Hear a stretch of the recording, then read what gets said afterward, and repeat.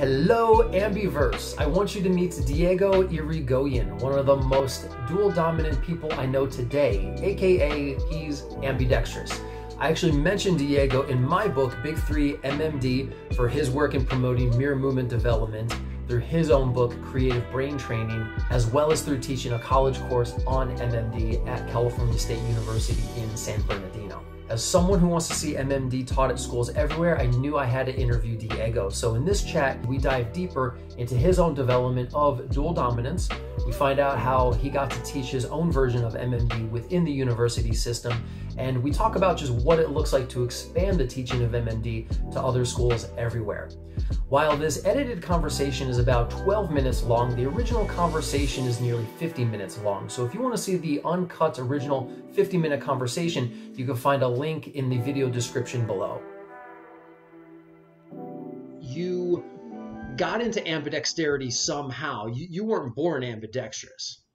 No, I was not. No, I actually met Michael Lavery at Laguna Beach. Around that time, I was doing rather poorly in school, so I found his advice to be very interesting because I hadn't heard anything like that to improve academic performance. So that's how I got started, was through him in that conversation, and I purchased his book and just started doing some of his practices. What was it like for you as you were working to develop it, and how long did it take for you to develop it before you gained what has felt like a real sense of fluency? When people ask me about it today, I still tell them that I wouldn't say I'm comfortable writing left-handed. It's still something that's challenging, which is something I appreciate a lot about it. So it never really becomes a fluent thing. It's always something that feels a little bit out of the norm, and it forces you to slow down and really appreciate the task. I would say I was rather determined to find something to change my life, and that motivation carried me through any sort of initial struggles. So I had a summer. I started in May of 2012. I spent 3 months, 2 hours a day, working on ambidexterity in different ways, and then doing other exercises to just maintain a good semblance of shape. And I wasn't noticing a big change. I was feeling better than I had because I was dealing with some other things in life that were rather depressing and daunting. So it was making me feel better, the endorphins, and it comes with exercise naturally, but I felt as if there was a pretty significant mood change and a pretty significant change in hunger. When I really noticed that things had changed was that when I went back to school in the fall, so about 3 months of consistent practice, 2-3 hours a day. And then I went back to school in the fall. And prior to that, I had no real study habits. I didn't have a good routine for my schoolwork or any sort of understanding of how to retain information and then apply it. But now all of a sudden I could sit in class, take notes, and retain virtually everything. And all of a sudden I started getting straight A's. And it was pretty mind-blowing to kind of see that change, because I went from, I had one quarter where I was less than a 1.0. I was at like a 0.8 GPA one quarter. Jeez. So it's pretty significant change to take place in the summer. And then that's when I started getting really interested in what happened. And I just maintained the practice and daydreamed about the opportunity to understand better what had happened to me and see if it could happen to somebody else.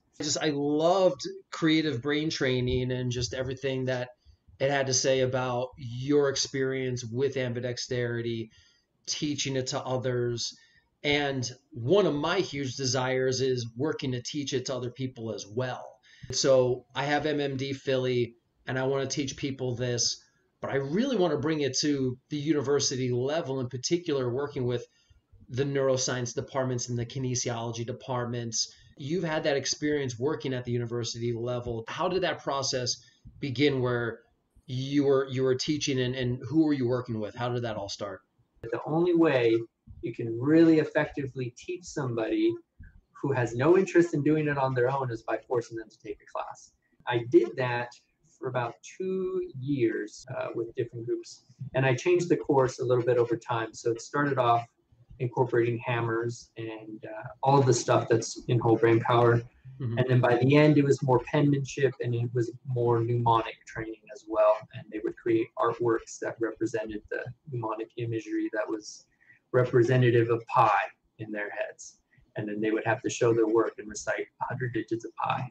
And I had a pretty high success rate. About 80 to 90% of students were able to do it. What were some of the things that your students had reported experiencing, and also yourself, while practicing this? Well, one of the main things was a change in attention. When I went back to school and I noticed that I didn't have to study as much, that I was retaining a lot of the information that's being conveyed, and also doing this translation of the information in my head and making connections between important points. I had some sort of shift in perception and attention. And I say in the book, build your attention span, essentially, is kind of one of the subtitles to the book. And I think this change in attention is really the most dramatic thing anybody will experience through it. The other one is a change in mood. You start feeling a little bit happier. And obviously, there's some chemical changes taking place in the body when you're working through ambidexterity. The change in mood was pretty drastic. When I was working in the prisons, I noticed a little bit more significant change in their demeanor. A mood change was very obvious to me. The other thing that I thought was interesting is that they had a sense of confidence as well. I think that goes along with the mood change, but also they're learning something new, something that's challenging, something that is now fairly unique to them, and people around them aren't involved in that. They're not doing that. And so I think this sense of agency also helped with their mood. I had one student in particular who he was in prison for having problems with drugs, essentially. And he found that these exercises had a similar impact in the sense that they were very addicting and brought him a lot of pleasure. And he said that it's better than any drugs he's had prior.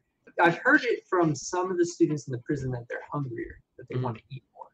But I think too, there's something also about the self-motivation involved in someone, I'm sure, like yourself and myself. When we were doing it, we weren't just spending 20 minutes a day or taking a class once a week.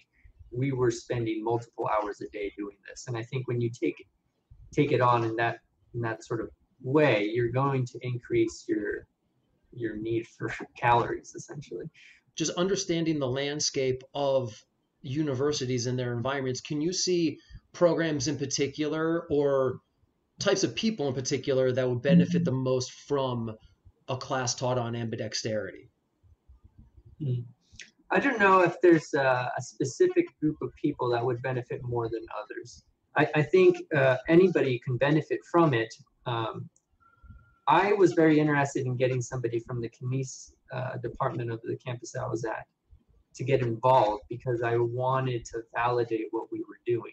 But yeah, I think all walks of life can benefit from it. And I think I've had more recently in the last few years the aspiration to teach it as an entry-level college course that is part of the curriculum for all majors. You're going to improve the performance of the students that take that course, I think.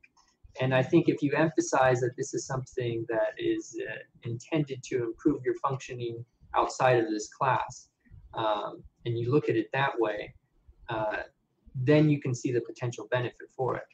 There are very few people that have embraced this to the degree that yourself or myself or EBA, and I think they are great examples of what this program could potentially do for somebody. And there's something really interesting as far as the success that you've had or I've had or my brothers had. And I think the self-motivation is a big part of it. And that can't really be injected through a class. You can open somebody's eyes to something in a class, but there's something about these types, because it becomes a lifestyle. It's not just a course that you take for 10 weeks and then at the end you've changed who that person is. You may have opened a door for that person, but it's still dependent on them to take a step through that door and to maintain that as well. Because the longer you embrace these exercises, the benefits start to, you fold over. You start Sure. experiencing more and more. Just 2 days ago, I went on a 17-mile longboard ride from where I live here in Philly up north and back down along the river. And I know there's people my age who would love to be able to do stuff like that, to not feel like their best years are behind them and that they can still generate new ideas and have energy to do new stuff. So it's frustrating that this is not yet taught at a university. But again, the conversation that you and I are having, I don't know how many people are yet having it, but I want to be part of the work of seeing that change. Because there's so many folks in education and in academia who can study this stuff until they're blue in the face, but unless they actually practice it and experience it within their bodies themselves, which takes time and takes a lot of work, I don't understand really fathoming it. No, I agree. There's a lot to be said for the pragmatic application of this sort of theory, because it's one thing to understand what it could potentially do. But if you try it for yourself and you experience the changes yourself, I think that speaks volumes as far as convincing anyone that this is worth your time. The problem is the investment of time. But so much of this is, and I even talk about Da Vinci in the book, where he says that the mirror is our teacher. That when you just work to learn everything that you do in mirrored motion, your body teaches you how to do it. Yeah, I love that. I agree wholeheartedly with the mirror being your teacher, and it's one of the things that I emphasize when teaching the course is that we are learning how to learn, and we're learning through ourselves. So a lot of doing with your dominant hand and observing closely how the hand is operating, and also how the other hand is assisting, because you're going to have to force the dominant hand to play that assistant role next. And this observation, this close and keen observation, and then application of something, I think is really valuable as an experience.